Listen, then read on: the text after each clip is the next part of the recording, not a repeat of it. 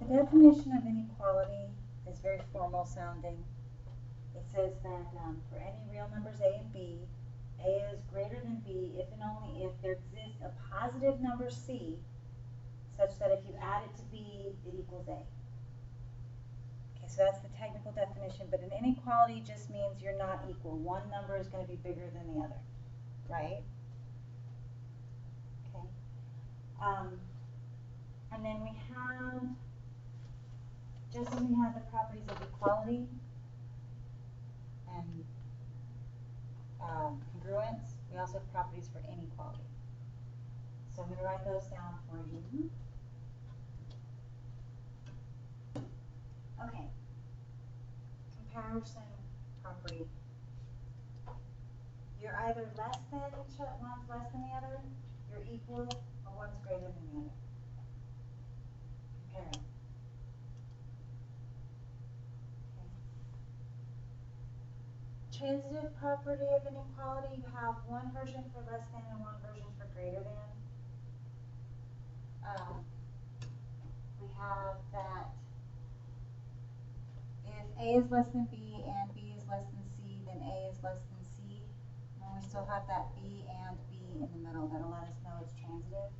That part stays the same. So, and it makes sense, right? If A is less than B, so A is a nickel, B is 10 cents, and C is a quarter, then C is definitely going to be greater than A. And then you have it for greater than, so if A is greater than B and B is greater than C, then A is greater than C. You have the addition property of inequality, which is the same as when we solved equations. You can add the same thing to both sides and it doesn't change the truth. So if you're A less than B, you can add C to both sides and it still stays less than. Or if A is greater than B, add C to both sides and it still stays greater than. Same thing for subtracting. Any questions on those? So this is just a reminder of the exterior angle sum, which told me that angle D is going to be equal to the remote interior angles added together, so angle A and angle C.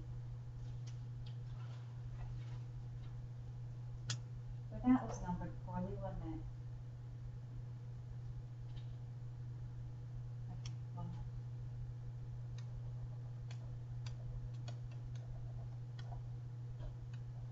So I'm using lowercase a and lowercase c for lowercase a, lowercase c. Little a and little c. And little b and little b. Okay. So we have that sum D is going to be the sum of A and C added together. Okay. Our exterior angle inequality theorem is a little bit different.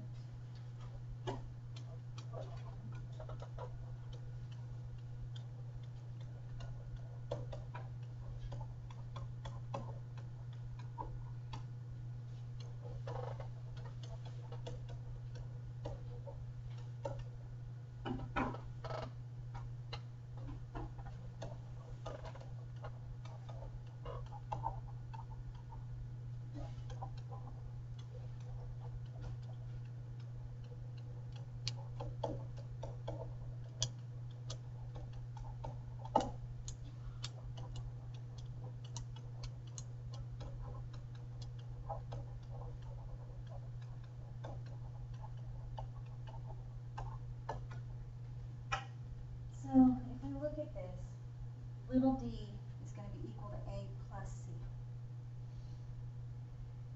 So that brings us to the fact that that angle, little d,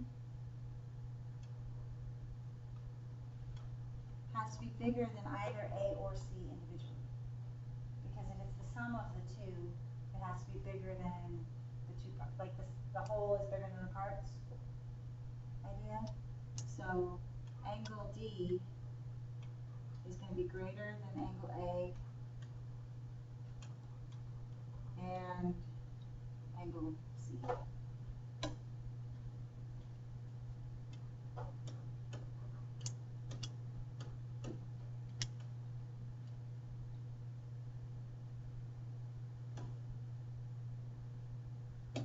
this triangle with a whole bunch of numbered angles inside of it. Now the numbers are just the number of the angles, not the measure. Okay, so that was abbreviated for convenience because it was too long of a word. All right, so we're going to list all the angles that meet the following conditions. We want to measure less than angle 7. Okay, so angle 7 is here. And if we look at this, we have angle 7 is exterior to this triangle. But angle 7 is also exterior to that triangle. Do you see that? How it's exterior to two triangles? Depending on which one you want to look at. Do you want to look at the whole triangle or the smaller triangle? Yes, good. Yeah. So I have, find my theorem. Angle 7, if I'm looking at the yellow triangle, is going to be greater than angle 5 and angle 4.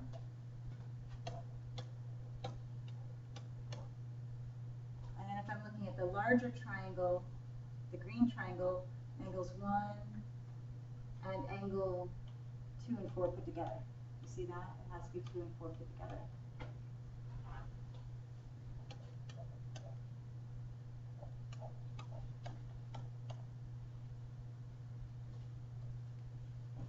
Good.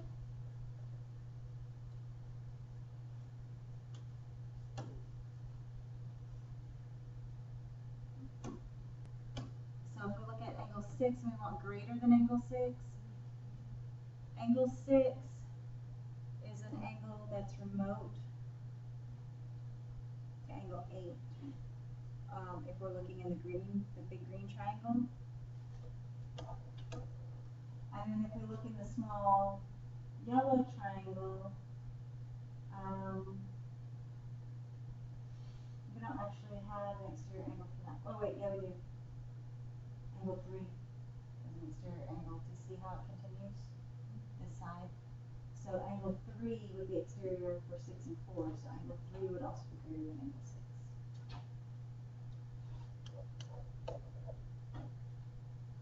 This is outside of yellow angle.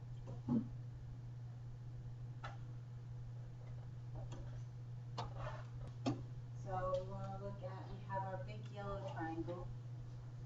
No, that's not anymore. Big yellow triangle, and let's do a small blue triangle. So there's the two triangles. And we're looking for angle 1. Angle 1 is exterior to the yellow triangle only. Plus 2 and 2 is an exterior. We're looking inside the triangle, so I've got 3 plus 4 3 plus 4. and 5 plus 6. Yeah.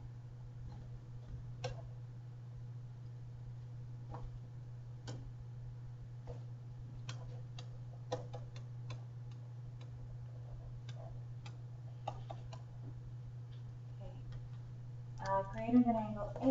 Angle 8 is inside the yellow, and it's going to be less than the exterior on the opposite side, so angle 2. Usually like a big glare on the board. Yeah. Depends on where you're sitting. If we were looking at the blue triangle, the exterior angle that we have up top here would be 2 and 3 together. You see that? So it's, you have to kind of try to take them apart in your head, or you can even draw them. Okay, so you already had that one where you're talking about number 1, so we're looking at the blue. But there's 2 triangles that number 1 is external to. There's the blue one, which gives me the 2, 4, and 7, and the 8.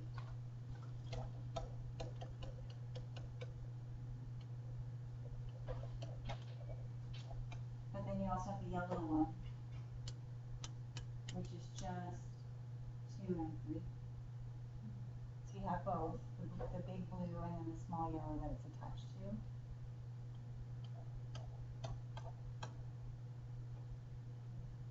And then if you look at the green triangle here, angle 3 or for angle 6 are both external to that one. And then if you look at the light blue triangle, you have angle 9 and angle 5 are both external to that one. Do you see that? So you got a lot of externals happening that are inside other triangles, but outside of. So we want to find the measures less than angle 9. Angle 9 is external to two triangles as well, the dark blue and the light blue. So for the dark blue, we're going to be the 2, 4, 7 combo again. And this angle over here that's not numbered, we will number it pi, just to give it something, right? So it's going to be greater than pi and the angle 2 and 4 and 7. And then for the small blue triangle, small blue, so we're inside the blue. Yeah, so 6 and 7.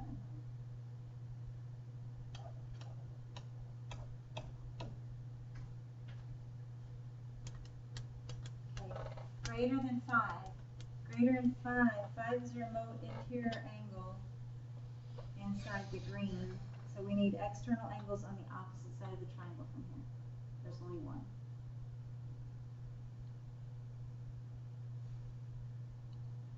Do you see it? We're right here. We want to be on the opposite side of the triangle and outside. On 6. 6 is on the same side. 3. 3.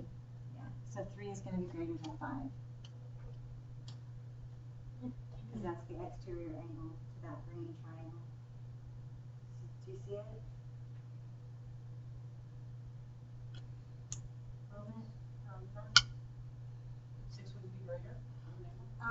We don't know. We don't have a theory about that. We know that 5 and 6 will add up to 180, but I don't know for sure that 6 is going to be greater or smaller. The only thing I do know is that 3 is going to be greater because 3 is going to be equal to 4 plus 5, because that's an exterior angle. And 6 is an exterior angle too, but that one's going to be 4 plus this unnumbered angle in the bottom corner. So I know 6 is going to be greater than 4, and 6 is going to be greater than this unnumbered angle, but I don't know anything about 5, other than they add up to 180. Okay. Does that make sense? Greater than angle 8. So angle 8 is in this bottom corner of the big blue triangle. So the exterior angle to the big blue triangle on the opposite side. Big blue. Big blue. Big blue. Is it 7, 1, or just 1? Yeah, angle 1, because we're outside. Oh, it's just 1.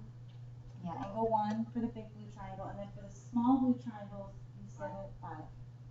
So for the small blue triangle, we're looking for angle 5 to be larger.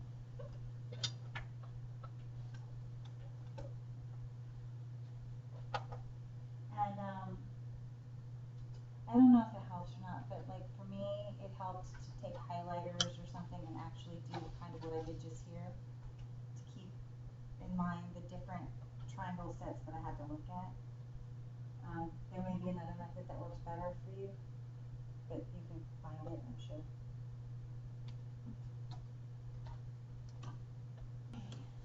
We have kind of sort of an inside your own triangle inequality type of thing happening. The largest angle is going to be across from the longest side. Or the longest side will be across from the largest angle. And then the smallest angle will be across from the shortest side. And so when you look at a triangle, we don't really talk about this so much, but then you have the sort of the middle across from the middle as well. But that's the middle, so we don't really talk about the middle. But we can figure out the sizes of the angles in reference to each other, like which angle is going to be the largest or the smallest if we know the side lengths, or we can figure out which side is the longest if we know the angle measures. Okay, so we have a theorem that basically says exactly what I just said. If one side of a triangle is longer than another side, then the angle opposite the longer side is greater than the angle opposite the shorter side. So basically what I have is that NP is greater than NP, correct? NP.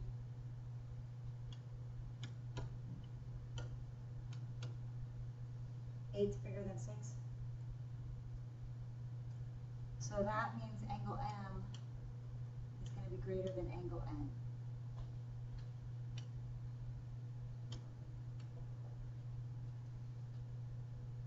And we just crisscross.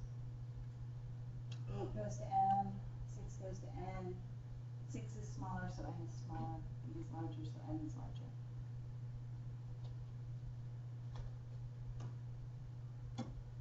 Okay, this is exactly the same thing, only the other direction. Bigger sides are across from bigger angles. Here, bigger sides give me bigger angles, and here, bigger angles give me bigger sides.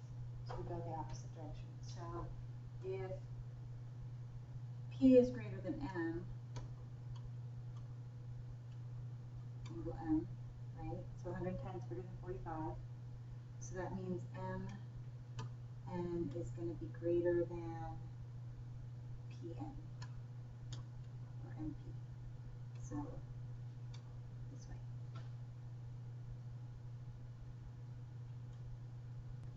And we can use this to list the angles from smallest to largest. You know what I'm saying? So smallest side is 7.5.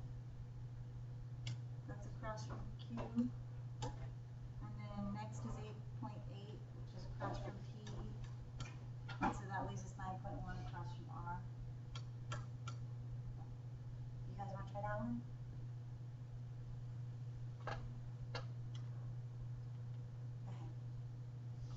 Go ahead. Smallest is going to be angle C. I mean, I'm sorry, no. Angle B. Then P. Then A. Not too bad.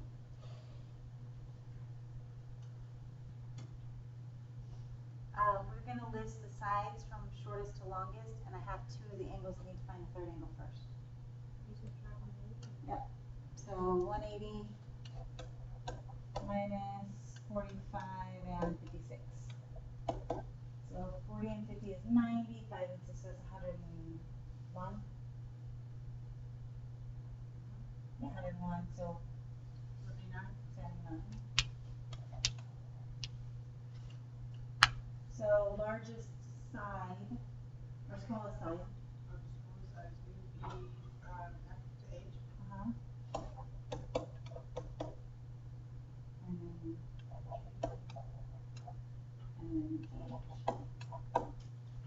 So same idea, just backwards. This 90, this 51, that makes this 39. So smallest side.